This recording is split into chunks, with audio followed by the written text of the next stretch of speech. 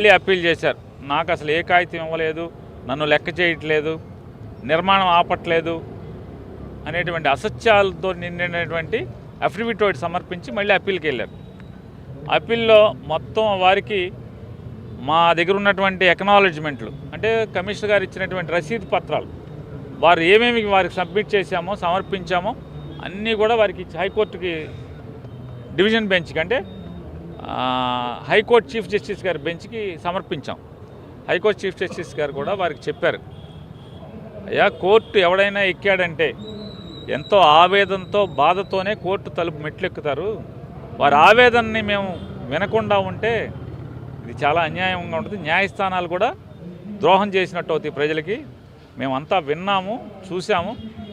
దయచేసి నువ్వు ఒక అధికారిగా ప్రవర్తించు, ఒక పార్టీ కార్యకర్తగానో ఒక రాజకీయ నాయకుడిగానో ప్రవర్తించబాకు.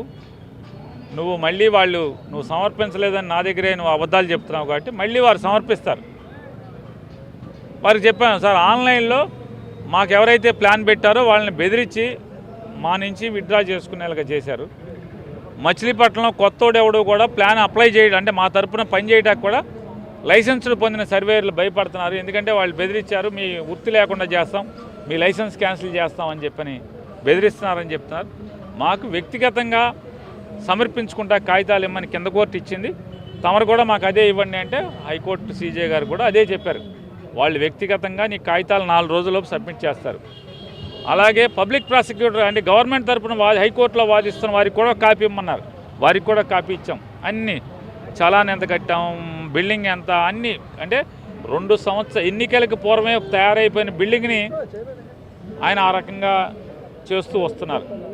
మొన్న కూడా హైకోర్టు తీర్పు వచ్చి అంటే హైకోర్టు చీఫ్ జస్టిస్ గారు తీర్పు ఇచ్చిన తర్వాత కూడా మళ్ళీ బిల్డింగ్ కూలగొడతానని చెప్పి ఆయన నోటీసులు ఇచ్చారు. ఆఫీస్ కొలవటానికి వచ్చారు. సరే కొలం మాకు నోటీస్ ఇచ్చారు, వెళ్ళాం. సరే కొలమన్నాం, కొలిస్తే ఏముంటుంది అన్ని చోట్ల బిల్డింగ్ మేము ప్లాన్ పెట్టిన దానికంటే కూడా ఎక్స్ట్రా సెట్ బ్యాక్స్ ఎక్స్ట్రానే ఉన్నాయి. అంటే ప్లాన్ కన్నా అంటే రూల్ ప్రకారం కంటే కూడా ఎక్కువ సెట్ బ్యాక్స్ ఉన్నాయి.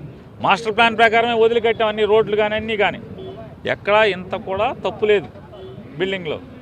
కానీ అతను మీ మీడియా వాళ్ళు మాట్లాడితేనే ఎన్ని పిల్లిమొక్కలు వేసాడో కమిషనర్ చూసాం. దానికోసం అని చెప్పి మేము మళ్ళీ సింగిల్ బెంచ్కి మళ్ళీ వెళ్ళి అయ్యా మా బిల్డింగ్ కూలగొడతా అంటున్నాడు. మీ కోర్టులు తీర్పులు ఇచ్చినా, కింద కోర్టు ఇచ్చినా, పై కోర్టు ఇచ్చినా, ఆఖరికి ఆంధ్రప్రదేశ్ రాష్ట్ర హైకోర్టు చీఫ్ జస్టిస్ గారు ఇచ్చినా కూడా అతను నా కుల రవీంద్రే గొప్ప జడ్జి అవడు అని చెప్పి అన్న భావన అతను మాట్లాడుతున్నాడండి అనేది అంటే మాకే అర్థమైంది, మీరు చెప్పాల్సిన పని లేదు అని చెప్పి ఆయన చెప్పాడు. నువ్వు గనక వెంటనే ఇవ్వటమే కాదు, నువ్వు నాకు ఎందుకు నువ్వు కోర్టు తీర్పులు వచ్చినా కింద కోర్టు పై కోర్టు అంటే సింగిల్ బెంచి డివిజన్ బెంచి 2 ఇచ్చినా కూడా నువ్వు అసలు ఎందుకు వాళ్ళకి ఆక్యుపెన్సీ సర్టిఫికేట్ ఇవ్వట్లేదో రాతపూర్వకంగా నాకు సబ్మిట్ చేయమని చెప్పి గట్టిగా చెప్పారు. నేను జైల్లో వేస్తా జాగ్రత్త అని కూడా చెప్పారు. అంటే వీళ్ళ అంటే మంత్రులు శాశ్వతని కొంతమంది అధికారులు అనుకుంటున్నారు. అంటే ఏమొస్తుంది అదే జీతం, లేకపోతే బాగా అయితే మంత్రి మన చేతిలో ఉన్నాడు కాబట్టి బాగా లంచాలు తినగలడు, పాపపు సొమ్ము మూట కట్టుకోగలడు. ఒక ఏసీబీ వస్తే ఏమైపోతాడు, కొట్టిన సొమ్ము అంతా ఏమైపోద్ది? రేపు ఎవడో కడుపు రేగిలిన వాళ్ళు ఒక కాగితం పెడతారు, ఏసీబీ అంటే మంత్రి ఉండగా రాదంటది. రేపు ఈ మంత్రిని పీకుతారంటున్నారు మా బందర మంత్రిని. అప్పుడు ఏం చేస్తావు? అప్పుడు ఎవడో కడుపు రేగిలినోడో కాగితం పెడతాడు ఏసీబీకి, ఇతను మంత్రి లేడు కాబట్టి వచ్చేస్తారు కాళ్ళు. అప్పుడు ఏం చేస్తావు? అంటే పాపం పండేదాకా తెచ్చుకోబాకండి అధికారులారా. ఆంధ్రప్రదేశ్ రాష్ట్రంలో ఎవరైతే మచిలీపట్నం మున్సిపల్ కమిషనర్ లాగా మా బందర్లో ఉన్న ఎమ్మెల్యే మంత్రి రాష్ట్ర మంత్రిని చూసుకుని కోర్టును కూడా లెక్క చేయకుండా, వాయు వరుసలు లేకుండా, రూల్స్ కానీ ఏమీ పాటించకుండా ఆ మంత్రి చెప్పేటువంటి నోటి ఆదేశాలనే ప్రభుత్వ ఆదేశాలుగా కోర్టు తీర్పులుగా భావించి ఎవరైతే తైతక్కలాడుతున్నారో, పొగరుగా ప్రవర్తిస్తున్నారో, ఇది ఒక హెచ్చరిక. ఆంధ్రప్రదేశ్ రాష్ట్రంలో తెలుగుదేశం నాయకులు అంటే మంత్రులకి, ఎమ్మెల్యేలకి, వాళ్ళకి వంది మాగుదుల్లాగా మీరు తయారైన ఎవరెవరైతే అధికారులు ఉన్నారో నిన్న కోర్టు ఇచ్చినటువంటి తీర్పు మీకు హెచ్చరిక. జాగ్రత్తగా ఉండండి, రూల్స్ ప్రకారం నడుచుకోండి. జీతం వచ్చేది, మీరు బతికేది ప్రజలు కట్టిన పన్నుల నుంచి అని మాత్రం గుర్తుపెట్టుకోమని ఎవరైతే తెలుగుదేశం పార్టీకి పాలేరులాగా పనిచేస్తున్న అధికారులు ఉన్నారో వారందరికీ హెచ్చరిక చేస్తున్నాం. అంటే మళ్ళీ మీ ప్రభుత్వం వస్తే ఈ అధికారులు అటువంటి అధికారుల పైన చర్యలు ఉంటాయని ఒక హెచ్చరిక ఏమైనా చెప్తాను. అసలు నేనెందుకండి, ప్రజలే కొట్టేస్తారు, ఊరుకుంటారా? ప్రజలే కొట్టేస్తారు. స్వాతంత్రం వచ్చింది, స్వాతంత్రం రాకముందు స్వాతంత్రానికి ముందు ఎవరెవరైతే తెలుగోళ్ళు అంటే లోకల్స్ ఇండియన్స్ అందరూ బ్రిటిష్ వాళ్ళకి తొత్తులుగా మారి ప్రజల్ని హింసించారో వాళ్ళందరి గతి ఏమైంది?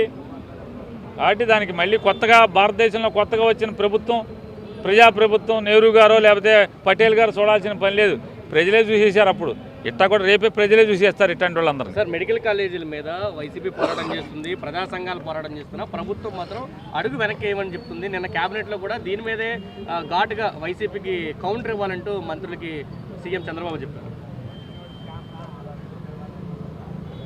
ఎన్ని పిల్లి మొగ్గలేసినా ప్రజల ఆస్తిని దోచుకు తింటాకి పట్టపగ్గాలు లేకుండా అధికార మదంతో 164 సీట్లు వచ్చినాయి అనేటువంటి అధికార మదంతో ఈ రాష్ట్ర ప్రభుత్వాన్ని నడిపేటువంటి చంద్రబాబు నాయుడు గారు కానీ, వారి కుమారుడు విద్యాశాఖ మంత్రి నారా లోకేష్ నాయుడు గారు కానీ విచ్చలవిడిగా బరితెగించి కనుక మీరు ప్రవర్తిస్తే, నిన్న విశాఖపట్నంలో అధికార మదం తలకెక్కినటువంటి ఈ రాష్ట్ర విద్యాశాఖ మంత్రి డిఫాక్టో చీఫ్ మినిస్టర్ గారు అయినటువంటి నారా లోకేష్ నాయుడు గారు మీడియా అడిగినటువంటి ప్రశ్నకి, ఒక విలేకరు అడిగిన ప్రశ్నకి వారు మాట్లాడిన భాష, ఎస్ నేను ఇస్తా, ఎవడేం పీకుతాడు, నేను ఇస్తారా భయ్, నేను 99 పైసలకేంటి 10 రూపాయలకైనా ఇస్తా అని మాట్లాడుతున్నాడు. ఆంధ్రప్రదేశ్ రాష్ట్ర ప్రజల తరపున, గొంతు లేనటువంటి అమాయక ప్రజల తరపున మీడియా అడుగుతుంది, నాలాంటోడు అడుగుతున్నాడు. నారా లోకేష్ నాయుడు గారు జనం ఆస్తి కాబట్టి పంచుతాను, 50 కోట్ల ఆస్తిని 10 రూపాయలకి పంచి పెడతాను, ఎవడాపుతాడు నన్నని అధికార మదంతో మాట్లాడుతున్నారు కదా. మీ మదమే నిజమైతే, మీ న్యాచురాలిటీ అయితే, మీ హెరిటేజ్ ఆస్తులను కూడా ఇలా 10 రూపాయలకి పావలాకి పంచి పెడతారా? హెరిటేజ్లో ఉత్పత్తి అయ్యేటువంటి పాలు, పెరుగు, నెయ్యి, వెన్న, స్వీట్లు, ఐస్ క్రీములు ఇలా తెగనమ్ముతారా? అమ్మరా? ఐస్ క్రీమ్ పైసాకి ఇస్తారా? కేజీ నెయ్యి 10 రూపాయలకి ఇస్తారా? ఎవరా? అంటే మీ నాన్నగారు, మీ అమ్మగారు, మీ ఆవిడ గారు సంపాదించిన సొమ్మేమో గట్టిదా? జనం రూపాయి రక్తాన్ని చెమటగా మార్చి ఆ చెమటోడ్చి సంపాదించిన డబ్బులు, పన్నులుగా కట్టిన డబ్బులు మీకు అల్వాలాగా ఉంటుందా? పప్పు బెల్లాల్లాగా పంచి తినేస్తారా మీరందరూ కలిసి? కాబట్టి మదంతో మాట్లాడేప్పుడు బుర్ర నోరుకి కాస్త లింక్ పెట్టుకుని మాట్లాడితే పద్ధతిగా ఉంటుంది. చిన్న వయసులో హోదాలో ఉన్నావు కాబట్టి తగ్గి మాట్లాడితే మంచిదని హెచ్చరిక చేస్తున్నాం. రాజధానికి సంబంధించి నిన్న జగన్ గారు కూడా మాట్లాడడం జరిగింది. కానీ నారాయణ చెప్తున్నారు నదీ పరివాహక ప్రాంతాల్లో నిర్మాణాలు లేవు, అక్కడే డెవలప్మెంట్ ఉంటే బాగుంటుందని కూడా ఆయన నా కామెంట్ చేస్తున్నారు. సార్, ఇక్కడ జగన్ గారు అన్నదే ఊరికే చాలా అసహ్యంగా, నిర్లజ్జగా, అమానవీయంగా మనిషి జన్మే ఎత్తామని మర్చిపోయినటువంటి కొన్ని టీవీ ఛానల్స్. అరే మనం సంస్కారవంతులం కదా, మనుషులం కదా, ఒంటి మీద బట్టేసుకుంటున్నాం కదా, తల్లిదండ్రులు లేదా బళ్ళోకి వెళ్తే గురువులు సంస్కారాన్ని నేర్పారు కదా అనేటువంటి విషయాన్ని కూడా మర్చిపోయి పలికేటువంటి వారు జగన్మోహన్ రెడ్డి గారు చెప్పిన మాట ఏంటి? మీ సొమ్ము కాదు కాబట్టి, జనం సొమ్ము కాబట్టి మీరు తెచ్చే అప్పులు మీ తండ్రి కొడుకులు, మీ భార్య, మీ కోడలు, ఎందుకంటే వారి పేరు ఎందుకు చెప్తా అంటే వారే సంపాదిస్తున్నారు, మేము సంపాదించట్లేదు తండ్రి కొడుకులు చెప్తున్నారు కాబట్టి. మీరు సంపాదించిన సొమ్ము అయితే అక్కడ కడతారా? ఎక్కడన్నా మీ హెరిటేజ్ ఫ్యాక్టరీని అక్కడ అలా ఎక్కడన్నా మారుమూల ప్రాంతాల్లో కట్టారా? ఎక్కడన్నా హైవేల మీద ఎందుకు కట్టారు? హైవే పక్కనే మీ హెరిటేజ్లన్నీ కూడా ఎందుకు కట్టారు? మారుమూల పల్లెటూళ్ళలో ఎందుకు కట్టలేదు? అంటే మీ సొమ్ము, మీ భార్య గారు, కొడల గారు సంపాదించిన సొమ్ము అయితేనేమో మీకు విపరీతమైన భ్రాంతి, అది విపరీతమైన విలువైంది. ప్రజల ఆస్తి మాత్రం ఇలా చేస్తారా? ఏమయ్యా, ఇంత జనం సొమ్ము తగలేసే బదులు హైవే పక్కన అంటే విజయవాడ గుంటూరు మధ్యలోనో బెజవాడ బందరు మధ్యలోనే లేదా బెజవాడ ఏలూరు మధ్యలోనో ఎక్కడో అక్కడ కట్టొచ్చు కదా. కట్టి మిగతా జోనింగ్ చేసి వదిలేస్తే అది ప్రజలే నిర్మాణం చేసుకుంటారు కదా అని చెప్పని జగన్మోహన్ రెడ్డి గారు అన్నదాన్ని ఏ రకంగా వీరు చిత్రీకరిస్తున్నారు, ఎంత దుర్మార్గంగా చెప్తున్నారు. జగన్ గారు ఏం చెప్పాడు, మరి రోజు మీరు ప్రతి సంవత్సరం చేసేదేంటి, వర్షాలు తగ్గంగానే తుమ్మ చెట్లు కొడతాం నీళ్లు తోడతాం, తుమ్మ చెట్లు కొడతాం నీళ్లు తోడతాం. దానికే 100 కోట్లు ఖర్చు పెడుతున్నారు. దానిలో ఒక 1000 కోట్లు పెట్టి నీళ్లు తోడతాకి పంపోసులు కడతామంటున్నారు. ఇదేనా పోలవరం ప్రాజెక్టా, పట్టిసీమ ప్రాజెక్టా, లేదా ముచ్చుమర్రి ప్రాజెక్టా, లేదా రాయలసీమ లిఫ్ట్ ఇరిగేషనా? 1000 కోట్లు పెట్టి లిఫ్ట్ పెడతాం ఏంటి, అంత వరద వచ్చే చోట రాజధాని కడతాం ఏంటి అనేది జగన్మోహన్ రెడ్డి గారు ప్రశ్నిస్తే దాన్ని ఈ రకంగా మీరు అవాకులు చవాకులు పెడతాం. మీ ఓడైతే మాట్లాడరా, మీ ఓడి చేసే పాపాలు మెడికల్ కాలేజీలు అమ్ముతానంటే 50 కోట్లు చేసేదాన్ని 10 రూపాయలకి నేను ఇస్తాను రా బాయ్ నా ఇష్టం అని మాట్లాడితే, ఒళ్ళు బలిసి మాట్లాడితే దాని గురించి మీరు అంటే ఇట్లాంటి బూతులు మాట్లాడరా, నీచంగా కామెంట్ చేయరా. జగన్మోహన్ రెడ్డి గారు కాబట్టి విజయం కంద కాబట్టి మీ ఇష్టం వచ్చినట్టు మాట్లాడతారు.